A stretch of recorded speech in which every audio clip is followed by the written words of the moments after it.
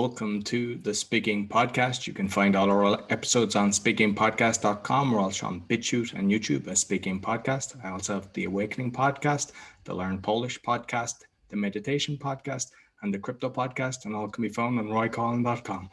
Today, my guest, obviously you can see, author of Awakening the Soul of Power. Please welcome Christian de la Huerta. Hey, Roy. Thanks so much for having me on the show. So, as always, I like to let Christian tell the audience who you are. You know what, Roy? I find it so kind of funny that I'm being interviewed in a speaking podcast because for me, the journey to being a speaker has been such a long journey that it just it's interesting to me. I was really, really shy as a teenager. I was a K one-on-one. But if you added a third human, I clammed up. And speaking in front of a group, forget it. Forget it. To the degree, listen to this story. I was a good student. I had a 4.0, which in the US is like the highest grades you could get, except for one B. So which means 80th to 90th percentile. One class in my entire high school career, and I didn't set out to do this intentionally.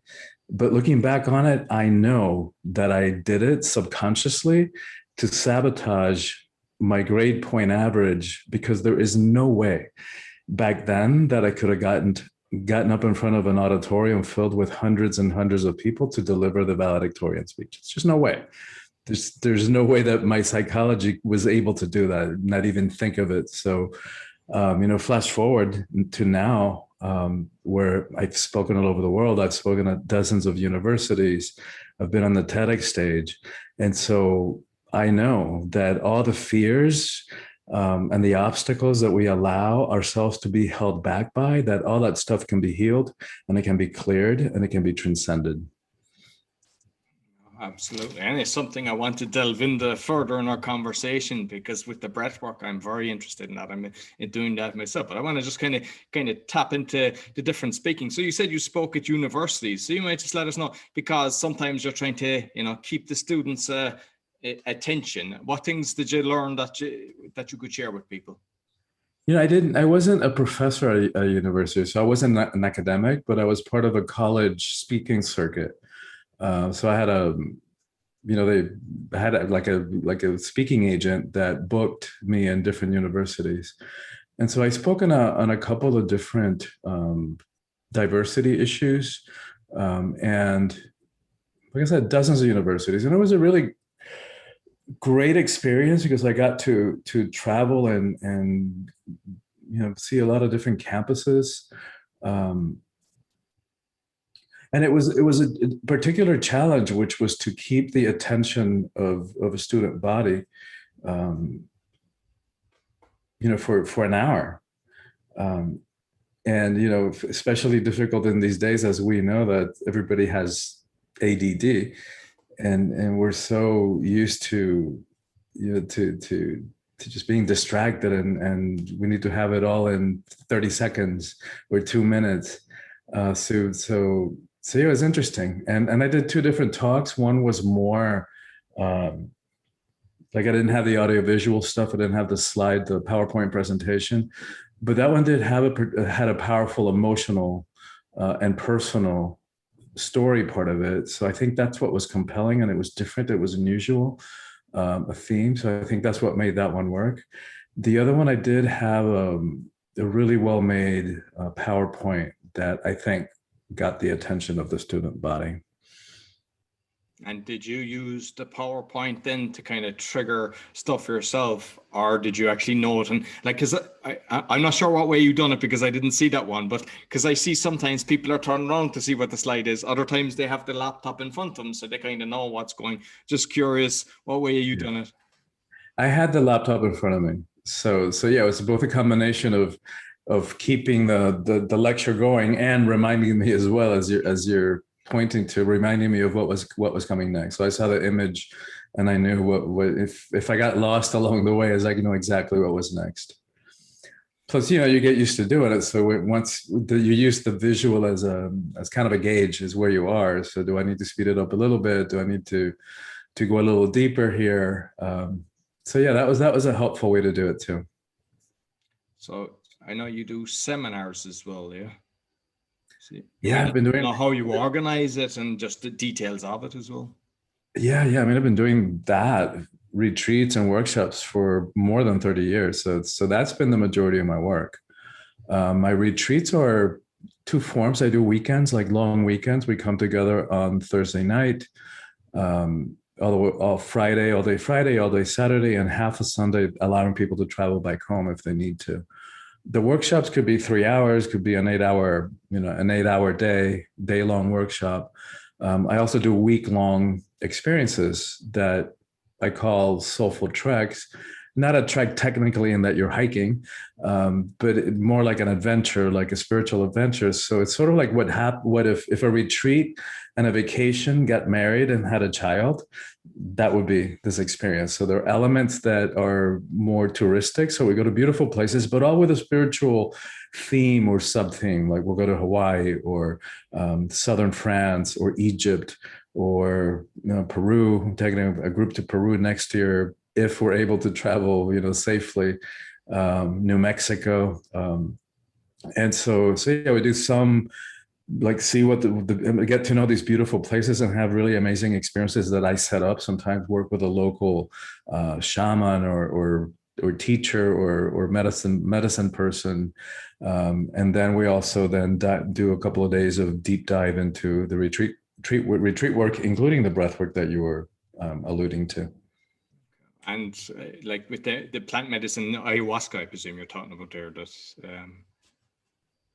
Yeah, I don't do the plant medicine in my retreats. I've been invited to speak at there's a place in Costa Rica that does that kind of work, the sacred plant medicine work. And I was a guest teacher, but I don't facilitate those experiences myself. okay. Okay. Yeah. And when it's like an 8 hour workshop, how do you kind of mentally prepare yourself, and how do you have like a kind of sheet in front of you to kind of structure yourself? What's your kind of secret sauce? Yeah, I mean, I don't have to do that anymore, but I certainly have in the beginning, to keep myself on schedule, especially in then like a day long is almost more difficult than a weekend because I've got them for just a limited amount of time. And once we dive deep into the dialogue, it's easy to lose track of time. And I know, for example, that I always finish a day long with a breath work. So I allow, probably 2 hours, 2.5 hours for that session, including, introduction, how do you do it, instructions. Then with the breathing part of it takes an hour and a half, depending on the group. And then I need to allow enough time for debriefing and to complete the day so that they don't leave in the middle of this expanded experience. So that's almost more challenging a day long for me, because just when we're getting ready to dive deep and people are really finally feeling like landing and feeling safe and beginning to open up, it's like, oops, time to go home. But for some people, that's what, some people are not ready or able to commit to a whole weekend, which is a much deeper dive. We do 4 breathwork sessions in those. And what's powerful about those type of events is it's a combination of the cognitive understanding, like really understanding how the mind works, how and in particular the ego mind, and how it keeps us in a self-made prison of fear and self-doubt and self-sabotaging behaviors and reactivity, defensiveness, victim consciousness, and all the other ways that the ego mind works. And it's because that's critical. Like if we want to have relationships that have a chance of working, if we want to have a sense of personal empowerment, if we want to have a life that is filled with meaning and purpose, there's no way around it. We've got to understand how the mind works. And so it's a combination of that and understanding why we do the things we do, why we sabotage ourselves, what are our triggers, what kind of people or situations trigger us, why we get stuck in self-defeating behaviors in relationship patterns that sometimes have us thinking like, wow, I've seen this movie before, just had a different actor, had a different co-lead, but it's the same boring movie, the same kind of stuff coming up, same kind of patterns, So at some point, we have to get honest and realize, you know what? There's only one common denominator in every one of those relationships, in every one of those situations, and it's us. And then ask ourselves, why? Why do we do the things we do? Why do we get stuck in those patterns? And it's work, right? It's work. It's hard work, and it's courageous work, because it requires diving deep into ourselves, and so that we can understand our patterns and face our inner demons. So that's why this book is part of a series of three, and which is titled "Calling All Heroes." Like, what does it mean to live heroically in the 21st century, when we don't have the horse hitched outside and the armors and the demons to slay, except the ones in our own heads? And so yes, heroic work, and infinitely worthwhile, because once we understand those patterns, then we can free ourselves. Freedom is the reward, and all those other things that I was saying, the relationships that actually have a chance at working, because we can't do anything about something that we don't see. We can't heal. We can't address something that's in the subconscious. So that's why self-awareness is the first step. Absolutely. And I'm not sure, was it a breathwork session that kind of got me up? I was very late speaking. It's only 4 years that I kind of started joining the Toastmasters and everything. And I had gone to an event, and I know I did breathwork for the first time there. But I know that for me, like, there was teachers just ridiculing you or making you come up in the class and just, discussing your grades and everything. And I was the kind of person, I was either first in the class or last in the class. And, I had one teacher, I came last in history, 18%. He said my grandmother would do better, and she's been dead 10 years. And I don't know, was it something like that? But I was terrified of actually speaking. And I think, like, the breath work, because there's a lot, we all have baggage, we've all been through, we think it's only us, but the reality is everybody's got something. The way we grow up, bullies, everything, there's so many different things going on. And I think that breath work is actually the secret sauce for this, because I have seen people break up. I don't know, maybe I've been at maybe 5-6 different type of facilitators that were doing it different types. I have seen people just really breaking down, but they got release. And I think, once you kind of, it's like the butterfly, you're not going back there. Right. Yeah, you can't reverse that process. Yeah, you're right. For me too, like, breath work is what changed my life. My dad was a psychiatrist. My degree's in psychology. I was on track to get a PhD in psychology. When I discovered breath work, I jumped tracks. I never went for the PhD, because it works so fast and it heals so profoundly at so many levels. Like I don't know anything more effective in terms of healing past trauma, like the one you're talking about with the teacher, which I can totally relate to, by the way. Yeah, you know what? I know, because it also heals. Not only does it heal mentally and emotionally, but it heals spiritually and even physically. And yes, I know that sounds too good to be true. For the more logical, scientific, skeptical part of my mind, even 30 years later, I still, when I hear those words come out of my mouth, it still sounds too good to be true, that just from breathing, all that stuff can happen. Because on top of the healing, which is the main reason we do it, you can also have incredible, profound spiritual, for lack of another word, experiences. Like you're mentioning sacred medicine work. A lot of times I have people come to a breathwork session, and they'll say, you know what, I got to that same place that I got to on ayahuasca journey or mushroom journey or whatever kind of journey. So those kind of experiences that are called unitary experiences, where we feel connected to and part to at all, to all the cosmos, to all of life, to something greater than ourselves. That's available just from breathing. And once you experience that, it's like you're saying, you can't undo that. Like stuff that like you read about, that one thing is reading about it, another one is like experiencing it in your body, in your cells. And once you have that sense of just seeing the interconnectedness of it all, it's like you can't forget that. Absolutely. And I've never done ayahuasca myself. I'm curious about it, but I know a lot of people that have.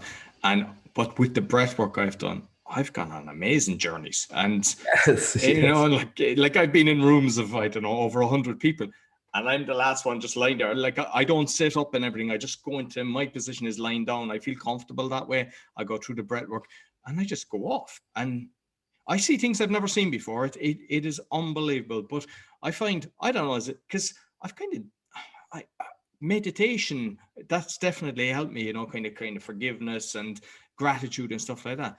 But I believe the breath work, because I'm extremely productive. I mean, I'm doing like now 5 podcasts, you know, I'm editing and everything, and I'm doing other stuff as well. I'm writing stuff as well as doing property. And I'm convinced it's the breath work that I'm so focused, and that when I'm doing something, I'm there and and I feel that I'm calm. I don't get upset over stuff that I see other people, they start freaking out over different things. I mean, I've had 100 court cases. No, like, it's not saying that I wasn't previous to doing any of this breath work stuff. I would be basically, my stomach would be sick for a week nearly beforehand. I couldn't sleep or anything. No, I go in there and it's nothing to me, and I'm just can't. And I'm convinced it's the breath work. Yeah, yeah, yeah. I get it. Like after my very first session, I knew that I would never be the same. I wasn't. My life went in a whole other direction. And yeah, the connection to meditation is really interesting one. A lot, and it's not a replacement for regular meditation practice. There are a lot of benefits for that.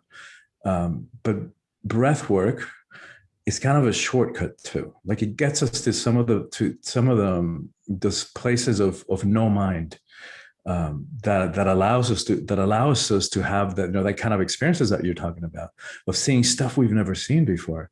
I've had people come to a breathwork session and then tell me afterwards, I've been sitting on a meditation cushion for 20 years to have that moment of no mind that I had in the session. So it kind of creates the pathways to those experiences more easily. There are other benefits of sitting in meditation, which, you know, to be honest, you know, most of the time when we're sitting on a meditation cushion and counting our breath or repeating a mantra or whatever we do, most of the time it's going to be really boring. Like, you know, that's what we're going to do. Oh, there, and then we notice, oh, there I went, you know, doing my shopping list, back to the breath. Oh, there I went, thinking about my colleague said to me yesterday, oh, back to the breath. Oh, there I go, like planning what I'm gonna tell them when I get to the office. This is what I really should have told them. Oh, back to the breath. Most of the time it's that practice, but that's the practice. And the benefit, that's sort of like learning, you know, the piano chords so that preparing for the concert, or learning how to dribble before you can play in a basketball game. It's that practice of self-observation, of noticing our thoughts and noticing what we're feeling, noticing our breath, noticing our physical sensations that come in when the rubber hits the road and we're about to get into an argument. We're about to say something that we're then going to say or do something that we're going to regret, because that's what the cycle is, right? We'll react and then say something that we then regret, and then we got to go clean up the mess. So that regular meditation practice, even if it's 10 minutes a day, 3 times a week, that's enough to begin to develop that self-awareness, so that right before we go over the waterfall, it's like, oh, that one hurt. How do I want to be, right? How do I want to show up in response at choice, rather than just that boring reaction of the ego? They do this, I do that. They do this, boring. We've done it 1,000 times and we've gotten into trouble 1,000 times for it. So meditation is what allows us that presence of mind, that moment that we need to make a different choice. Absolutely. And like what I see is, especially where the parents have split, because, you know, I got divorced, but I've got a wonderful relationship with my ex-wife, and which is rare. But, you know, like any other situation, I mean, obviously you can get on somebody's, and just by not reacting, just by, you just let it sizzle. If there is a situation, but Yeah. unfortunately, I see 95% of people, they're using children as pawns, and then it's just a verbal match in front of the child. And I think that if you're showing love for your child, if you really say you love your child, you should actually start doing this, because you're not going to be doing that, because the one person that is getting hurt and that's being tired, that doesn't even realize it till later, that it's going into their deep inside, is the child that's Yeah, witnessing this. yeah. That's the tragic part of it. And you're right. That's where we get caught in these power games and these power struggles. Um, and in some cases, sadly, use the kids as weapons. And control mechanisms, and it's nobody wins, and that's why I wrote this book. That's one of the reasons I wrote this book, about how do we not get stuck in power struggles, like really understanding what's going on when we get stuck in these power struggles, and then this need to win, which is all, by the way, it's just the realm of the ego. Yeah. This need to win, the need to be right. And so that's why the combination is really good between the breath work and understanding the mind and why we do the things we do. It's the combination is what's really powerful. Like, I've done some breath work because I know the guy who created a Niraj, breath of one, the Wim Hof method. There's which ones do you do? Different ones, or do you use a specific type? Well, for your audience, breathwork is a very broad umbrella term. So there are a lot of breathing practices, breathing techniques. Like anybody who's gone to a yoga class knows that, pranayama, that, breathing practices that are done for different purposes. There's sort of breathing techniques that are help to relax, help with stress management, help with sleeping better. And there are other ones that are like focusing and energizing, and like good to do right before an important meeting or a podcast interview or something like that. But the breath work that you and I are talking about are longer sessions. Like the breath work, the one that I do was originally called rebirthing. I think there's still some people that still call it that. I stopped calling it that many years ago because it's confusing. They call it rebirthing because one of the things that breathwork does is heal past trauma, as we were talking about. And the trauma of birth is like, everybody has that trauma. The process of birth is traumatizing for everybody involved, no matter which part of the process you're in. So that's why they call it rebirthing, because a lot of people will relive that experience of birth, of going through the birth canal. And by the way, I've had men even have the memory of even going through the mother part of it. Like, they're lying on the floor and their legs are up as if they were on stirrups. And it makes sense because at that point in our lives, we were one with the mothers. So it makes sense that we share some of those memories. And then they have the experience of going through the birth canal. And so it's sort of like resetting. It's like rebooting, and you start over again.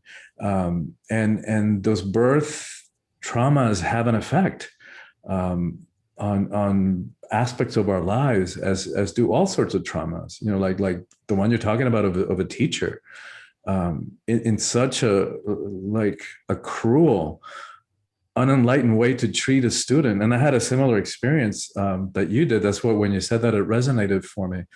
So when I was in third grade, I got one of those childhood illnesses. I forget what it was, mumps or whatever it was. And so I was gone for like 3 weeks. 2-3 weeks. And so when I get back, they were doing the multiplication tables in math. And I was like lost. And I grew up the first 10 years of life in Cuba. And, so I grew up in a communist regime. And the minute that you applied for a permission to leave, like a visa to leave the country, you were immediately ostracized because you were considered like you were a traitor to the revolution. And you were called gusano, which means worm. And it's like, this is the hard part, that I can't understand how a teacher could have done that to you or to a third grader. But the teachers, my sister and I, we used to be at the top of the class all the time until we applied for permission. My family applied for permission to leave. And then not only did we never get any more awards, but they wouldn't even give us cookies at break. And they were cruel. And I think that was part of the reason for me too, that I had, because of that experience in third grade, that I had a difficulty and was sort of traumatized by speaking in public, and didn't want to do that, didn't want to be seen too much. So yeah, it's what humans do to humans is sometimes it's hard to understand how we're able to do the things we do to each other. And the beautiful, powerful message of breathwork is that all that stuff, no matter what it was, can be healed. And I say that knowing that people experience much more difficult traumas than the ones you and I are talking about. And, I've worked with people who experience, abuse, physical abuse, sexual abuse, people who survive really violent stuff, and they're able to heal it through breath. And it's like, to my rational mind, as I was saying before, it's hard to understand. Like when I hear myself saying this stuff, how it works, because they haven't done the study that all the scientific research they've done on meditation and what's happening in the brain when we meditate. There's a lot of research on that, and productivity, and the benefits, not only in terms of health, but productivity at work and all that good stuff. They're not there yet in terms of the breath work. But here's what helps me understand it, how it works, that just from breathing, all that stuff can happen.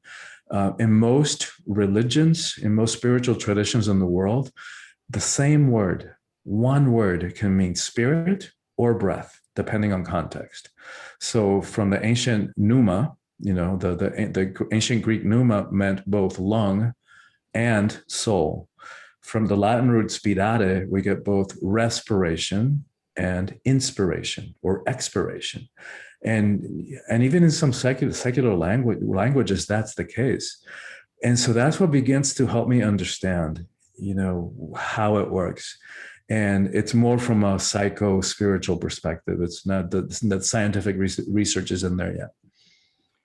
I've got another podcast where I'm exposing fraud and corruption, but I've been kind of understanding so many things that have been going on for years, but even with the medical industry, and I reckon they know, and it's just been hidden, or they block the people that are actually shown. They're well aware of what works and what doesn't. It's just that now we realize, the media is owned by, 90% of the media is 4 or 5 corporations. They just regurgitate all the propaganda, all the lies. I mean, from your Cuba, like there's terrible things going on there at the moment, but nobody sees it because it's all blocked. The press don't, it's only because of people from Cuba actually sharing it, all the people out in the streets, protesting about, the atrocities going on in the country. Yeah. It's the it's the internet, right? The global brain. And that, I was just reading an article last night about how when Obama went to, had a meeting with Raul Castro some years ago, that he was really criticized and judged by the conservatives here in this country, and by the Cuban American exile community, which has this really hard stance about any kind of communication, and they're against getting rid of the embargo.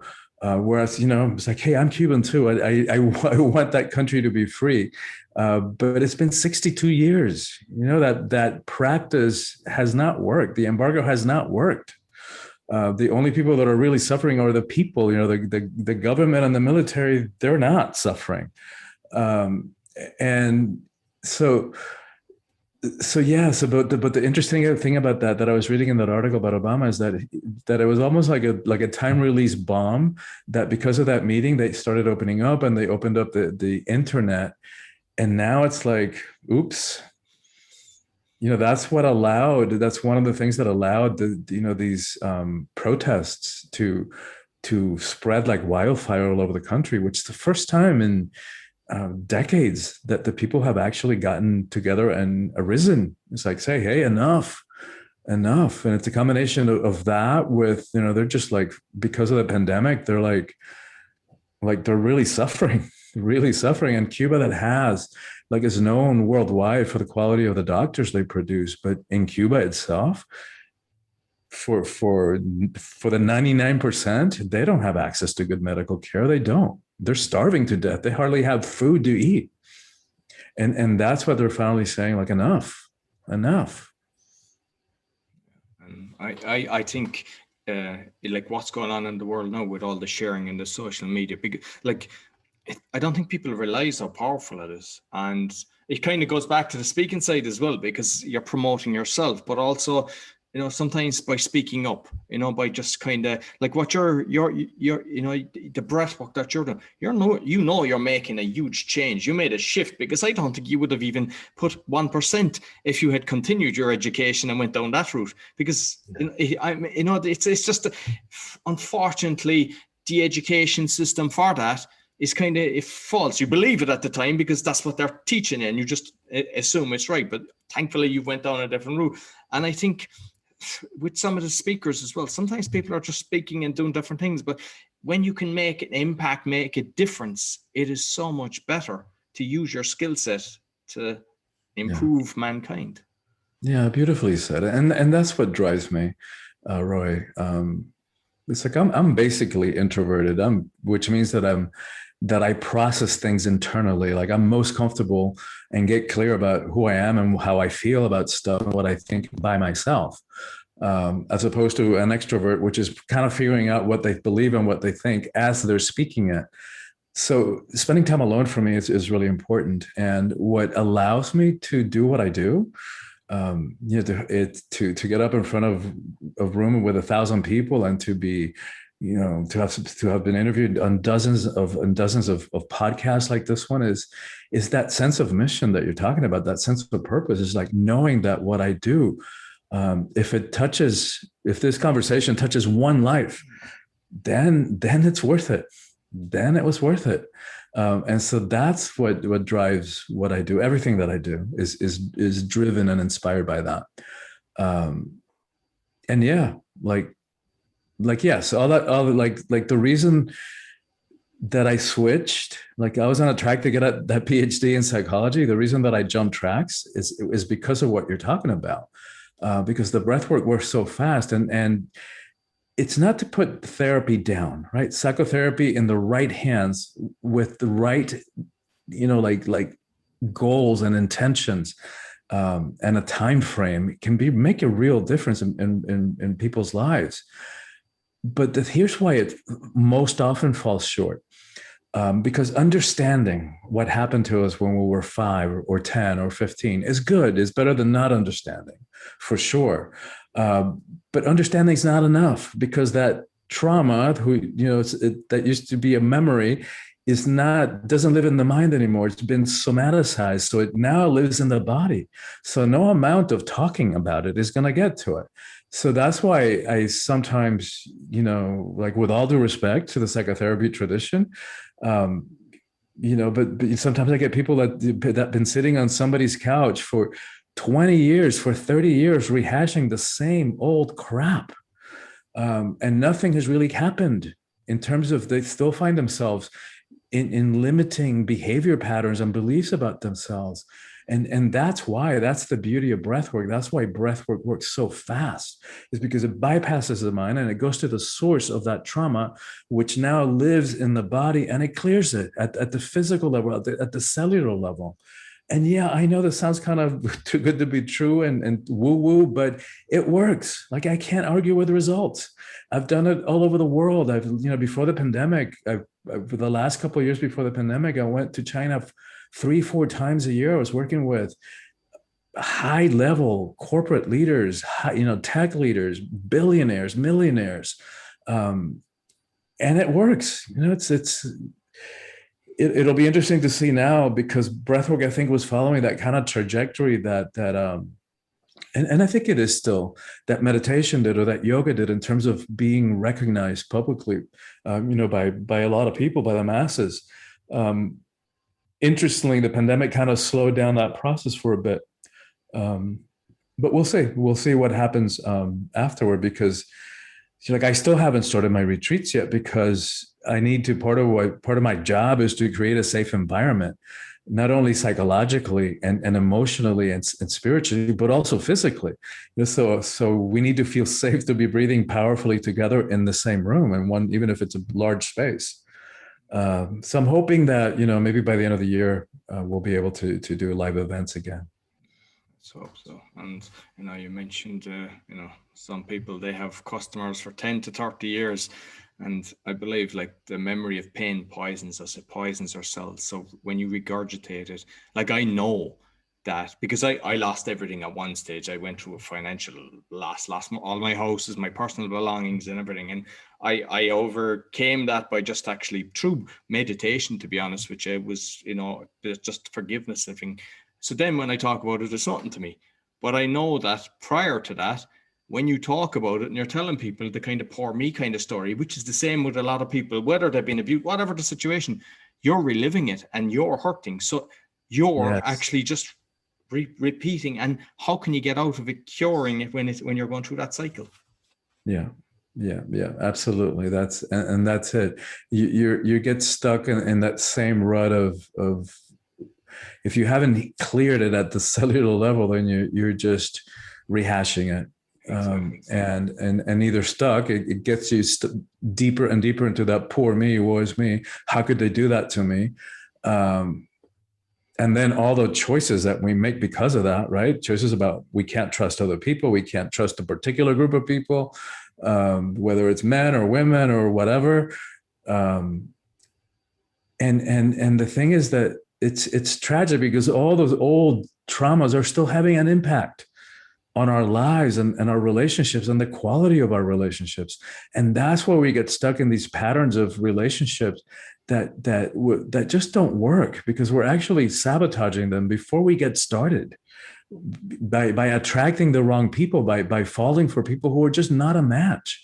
And it doesn't mean we're better, it doesn't mean we're worse. They're just not a match, right? We're just different places in life, different values, whatever. We have different goals in life, whatever the difference is, it's just not a match.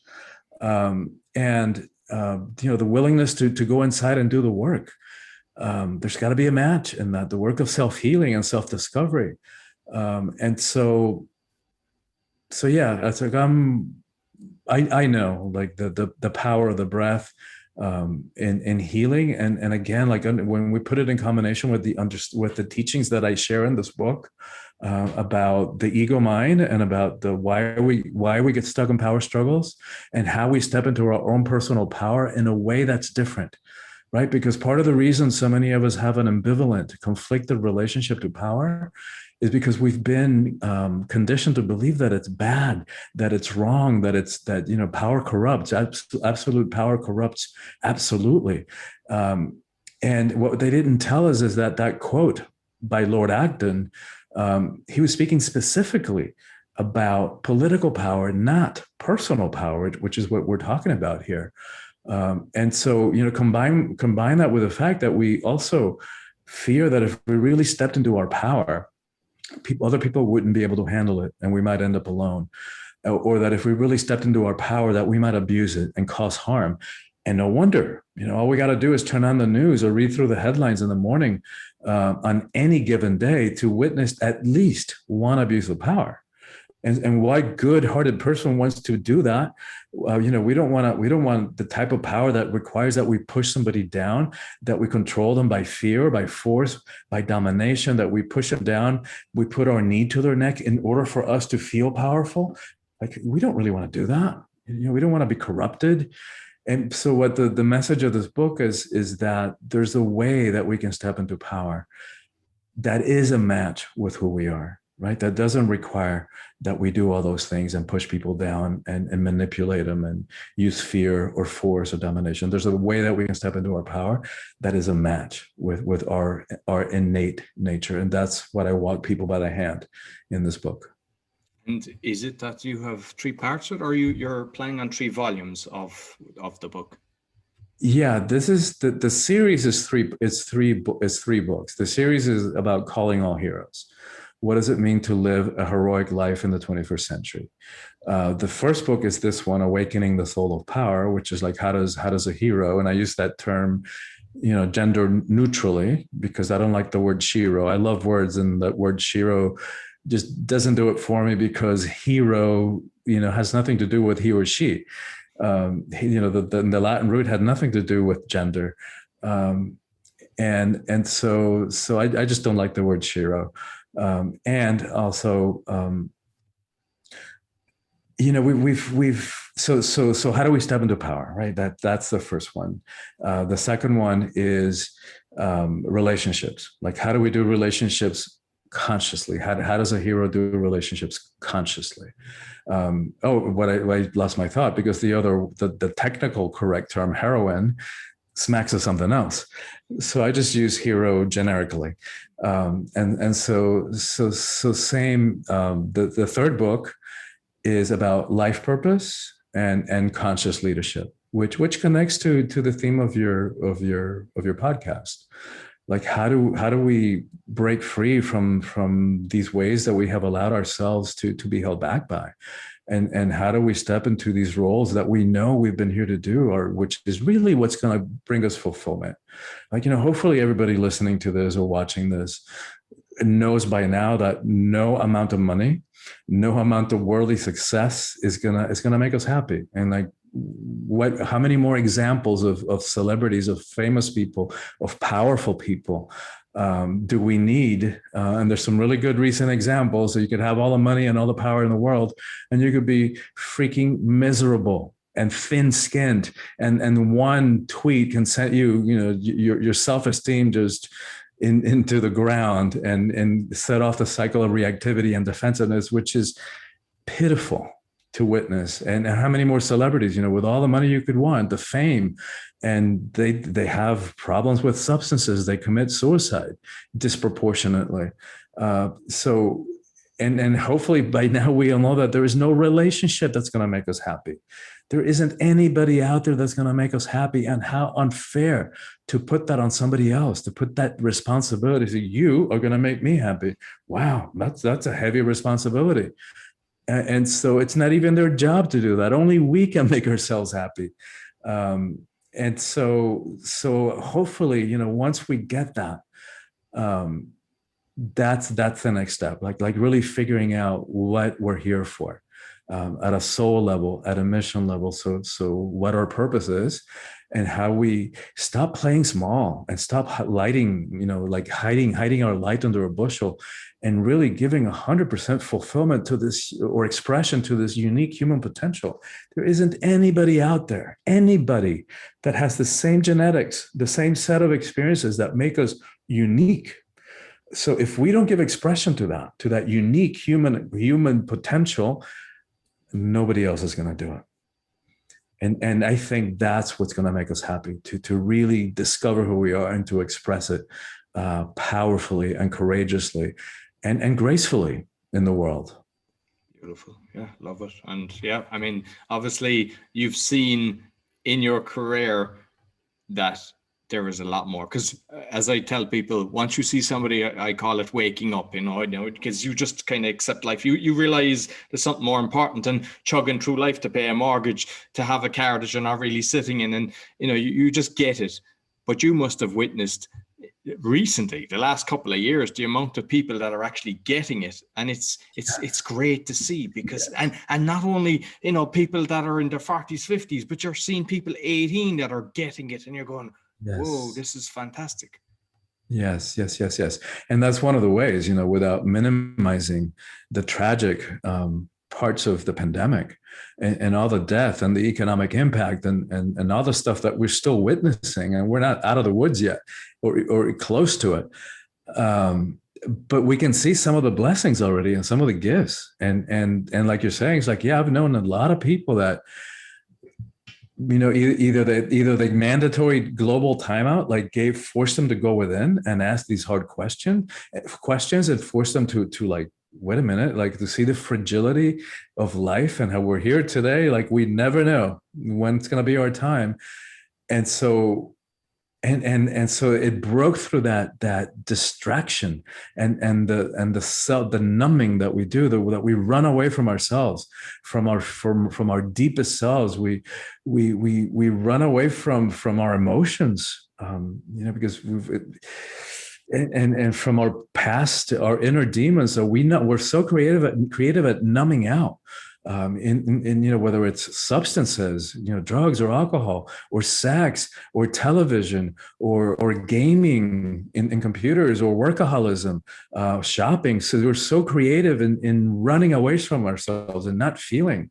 But those strategies aren't effective, because that stuff that we're running away from doesn't go away, right? It's in the body, and it's still having an impact on us from the subconscious on the quality of our lives and relationships.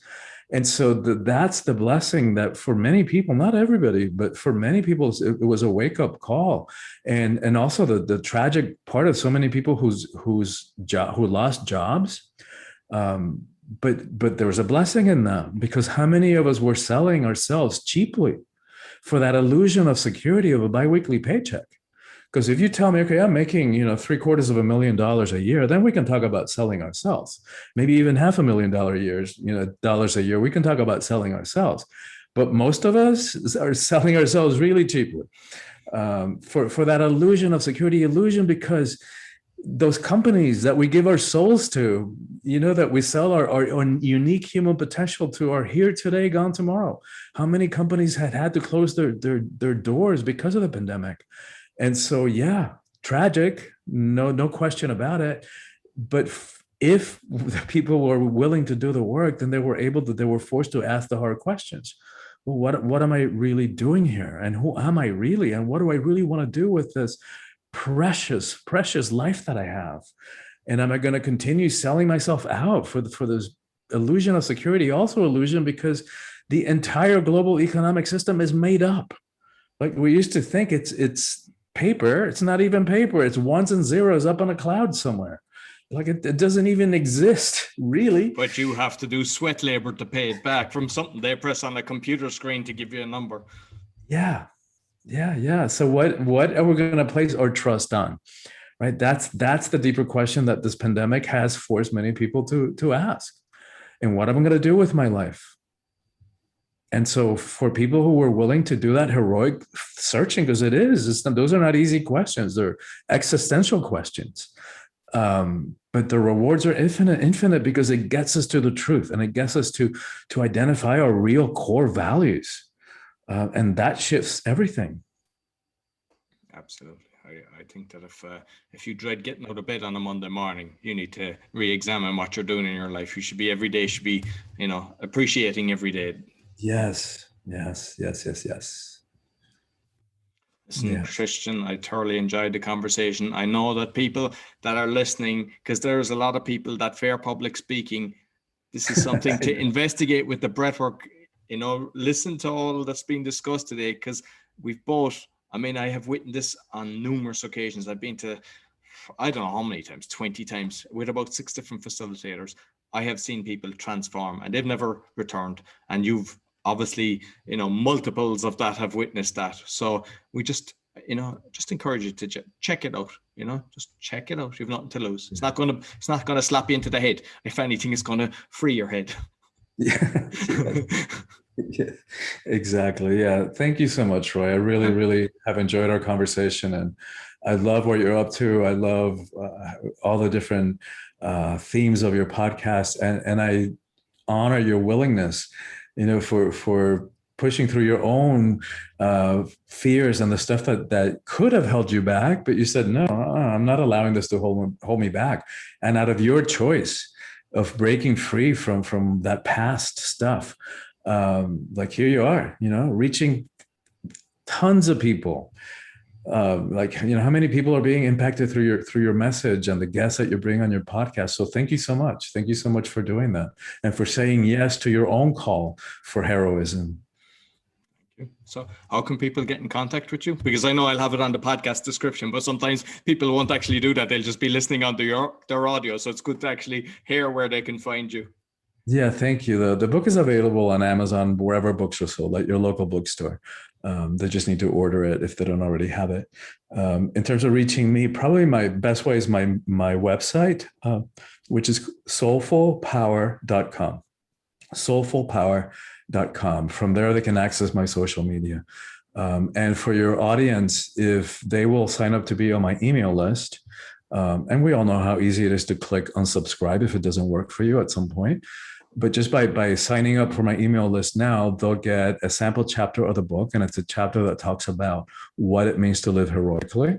They'll get some power practices that are designed to apply those teachings to our lives, so that it doesn't stay at the level of information. Like, we don't need more information. We've got information overload. What we need is transformation. And that's what those teachings are designed to do. Those practices are designed to do. And then they'll get a recorded teaching and a guided meditation about trust, which I find is very supportive in these chaotic, uncertain times. Excellent. Thanks very much. As I said, I'll put it on podcast description for both the audio and the video. It's been excellent talking to you, Christian. Thanks very much. Thank you. So that's all for the Speaking Podcast. You'll find all our episodes on speakingpodcast.com or on BitChute or on YouTube. Be sure to give us a thumbs up, 5-star rating, share with your friends. Until next week, take care.